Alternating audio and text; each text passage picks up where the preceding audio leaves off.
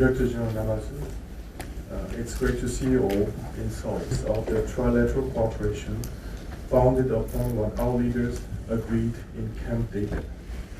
While we continue to endeavor to bring sustainable peace and prosperity to the Korean Peninsula, North Korea education, defining the ROK as hostile state, threats of artillery shells, and resumed ballistic missile launch during the first weeks of January. All these clearly show how the regime has autonomous sanctions is just another expression of our unflinching will. In recent years, North Korea has been building fences and walls. In order to tight control, North Korea enacted several laws, including the Reactionary Ideology and Culture Rejection Act, Korean exchanges. It also clings to the old playbook to shift blame to the ROK only hurt North Korea itself. Its conventional tactics to threaten us with a choice between war and peace. A recent column in Jakarta Post, Korea remains one of the world's most impoverished nations. No economic development, end quote. This is noteworthy because Indonesia was one of the founding countries. Kim Jong-un may be banking on its unlawful military cooperation with Moscow. This will only lead to a dead end. It will simply confirm North Korea. I'd like to ask to those who suffered from a big earthquake which took place, your solidarity is deeply appreciated. Now, I first welcome progress of our trilateral cooperation since we last met in Jakarta. We also had a trilateral Indo-Pacific dialogue 2 weeks ago. Against these continued provocative actions, Senior Official Staff, Director General Namazu, it's great to see you all in Seoul. Today's meeting will represent the solidness of the trilateral cooperation founded upon what our leaders agreed in Camp David. While we continue to endeavor to bring sustainable peace and prosperity to the Korean Peninsula, North Korea is stubbornly heading in the opposite direction. During the last party plenum, Kim Jong-un dismissed peace and unification, defining the ROK as hostile state. Then North Korea fired hundreds of artillery shells and resumed ballistic missile launch during the first weeks of January. All these clearly show how the regime has turned its back on history and Korean people as a whole. In response to North Korea's continuing threats and provocations, we will strengthen our deterrence. We will dissuade any attempts by North Korea to disrupt our society. We will tirelessly enhance our efforts to block North Korea's illicit activities. We are redoubling efforts to address North Korea's growing cyber threats. Yesterday's announcement of autonomous sanctions is just another expression of our unflinching will. In recent years, North Korea has been building fences and barbed wires along its northern border. In order to tight control, North Korea enacted several laws, including the Reactionary Ideology and Culture Rejection Act, to severely punish people who bring and spread outside cultural language and information. At the same time, it creates tensions for the sake of internal solidarity. At the same time, it creates, most recently, North Korea announced the plan to abolish agencies for inter-Korean exchanges. It also clings to the old playbook to shift blame to the ROK and the US. All these are aimed at insulating itself from outside world. It is a North Korean version of closed-door policy. Such anachronistic attempts, however, will only hurt North Korea itself. Its conventional tactics to threaten us with a choice between war and peace will not work anymore. A recent column in Jakarta Post pointed out, and I quote, "Many Indonesians initially admired North Korea until 2 decades ago.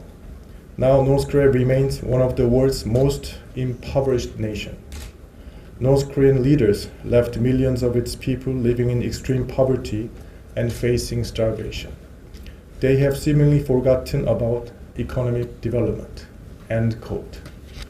This is noteworthy because Indonesia was one of the founding countries of non-aligned movement that North Korea values dearly. When I studied in the US in the 1990s, there was a famous campaign slogan, "It's the economy, stupid." Building up the military without a strong economy is not sustainable. It's a recipe for disaster. Even tens of thousands of nuclear weapons could not prevent the collapse of the Soviet Union. Kim Jong-un may be banking on its unlawful military cooperation with Moscow. This will only lead to a dead end. It will simply confirm North Korea's reputation as a blatant offender of international rules and norms. The world will never condone North Korea's destabilizing behaviors that threaten international peace and security. The recent joint statement of foreign ministers from 50 countries and the EU clearly demonstrated our iron resolve. We call on North Korea to immediately stop provocations, lift its self-imposed ban on talks, and come back to the path of denuclearization, peace, and prosperity. Last but not least, we call for the international community's attention to the enforced misery of North Korean people. Like us, they deserve the same rights to enjoy freedom, human rights, and prosperity. We will embrace North Korean people wherever they are with open arms, and we will reinforce international coordination to this end. I look forward to another round of productive discussions. Thank you very much. Thank you very much. Dr. Please. Thank you, Ambassador Kim Gun, for hosting us today. It's an honor to be here in my capacity as a U.S. senior official for the DPRK for the first time. The threat posed by the DPRK to regional and international peace and security remains an issue of extraordinarily high concern for the United States. The DPRK's January 14th launch of a self-claimed intermediate-range ballistic missile is the most recent reckless provocation that increases regional tension. We strongly condemn this launch, which violates multiple UN Security Council resolutions. The DPRK's continued development of its unlawful nuclear and ballistic missile programs, its transfer of ballistic missiles and other weapons to Russia for use against Ukraine, its ongoing malicious cyber activities against countries around the world, and its continuing human rights violations and abuses against its own people, all of this demands our attention and coordinated action. The United States is also deeply concerned by the recent uptick in hostile rhetoric, particularly toward the Republic of Korea, from the DPRK regime. Such rhetoric is unnecessarily increasing tensions on the Korean Peninsula. In Korea and Japan, we are fortunate to have such strong allies on DPRK issues. Increased trilateral cooperation in recent years has been an important and positive development in our efforts to address the DPRK challenge. Our work here today is very much in keeping with our commitment of our leaders made at Camp David last August to carry out regular high-level consultations and a broad program of cooperation. Our commitments to the defense of the Republic of Korea and Japan remain ironclad, and we remain committed to the complete denuclearization of the Korean Peninsula. As we have repeatedly made clear, the United States harbors no hostile intent toward the DPRK. We are prepared to meet the DPRK without any preconditions to discuss any and all issues of mutual concern. Unfortunately, the DPRK continues to reject offers of dialogue.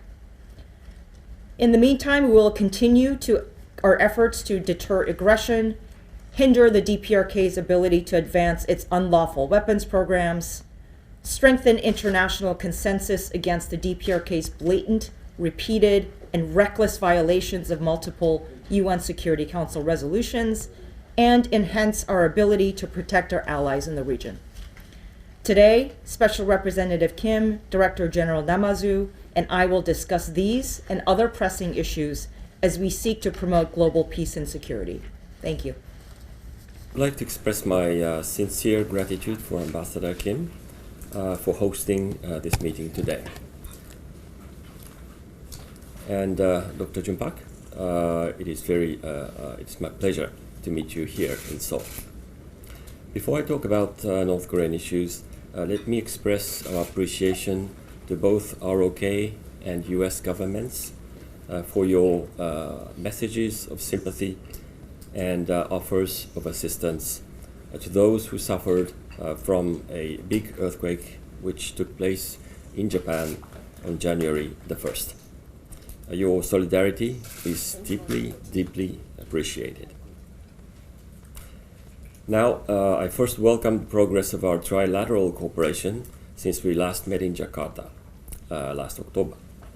During these 3 months, we hosted the Trilateral Diplomacy Working Group on North Korea's cyber threats, which was followed by Cyber Trilateral Executive Group in December. We also had a Trilateral Indo-Pacific Dialogue 2 weeks ago. We will continue to implement the agreement by our leaders in their historic Trilateral Summit at Camp David last year. Contrary to these positive steps we took, we have also seen growing concern since our last meeting. Pyongyang continues provocations, including launches of an ICBM-class ballistic missile, as well as what they call a military reconnaissance satellite. They also launched another ballistic missile last Sunday. During the plenary meeting of the Party Central Committee held at the end of the year, they again declared a position in the complete opposite direction against the complete, verifiable, and irreversible denuclearization in accordance with the relevant UN Security Council resolutions. Also, since last year, Russia procured North Korea's ballistic missiles and used them against Ukraine several times. The transfer of these weapons and related material flagrantly violate the multiple UNSC resolutions and supports Russia's war of aggression. We also need to closely monitor what Russia might provide to North Korea in return for these arms exports. In the face of these events, our three countries have firmly responded together, including issuing the ministerial joint statement condemning Russia's use of ballistic missiles procured from North Korea against Ukraine. Against these continued provocative actions by the DPRK, we once again strongly urge them to comply with the obligations set forth by the collective will of the international community. At the same time, we will reaffirm that the path to dialogue remains open. This was also reiterated by our three leaders during the Camp David summit. Before closing, the abduction issue for us is a humanitarian issue with a time constraint. I would like to take this opportunity once again to express my sincerest gratitude to US and ROK for your continued strong support for the immediate resolution of this important issue. Thank you.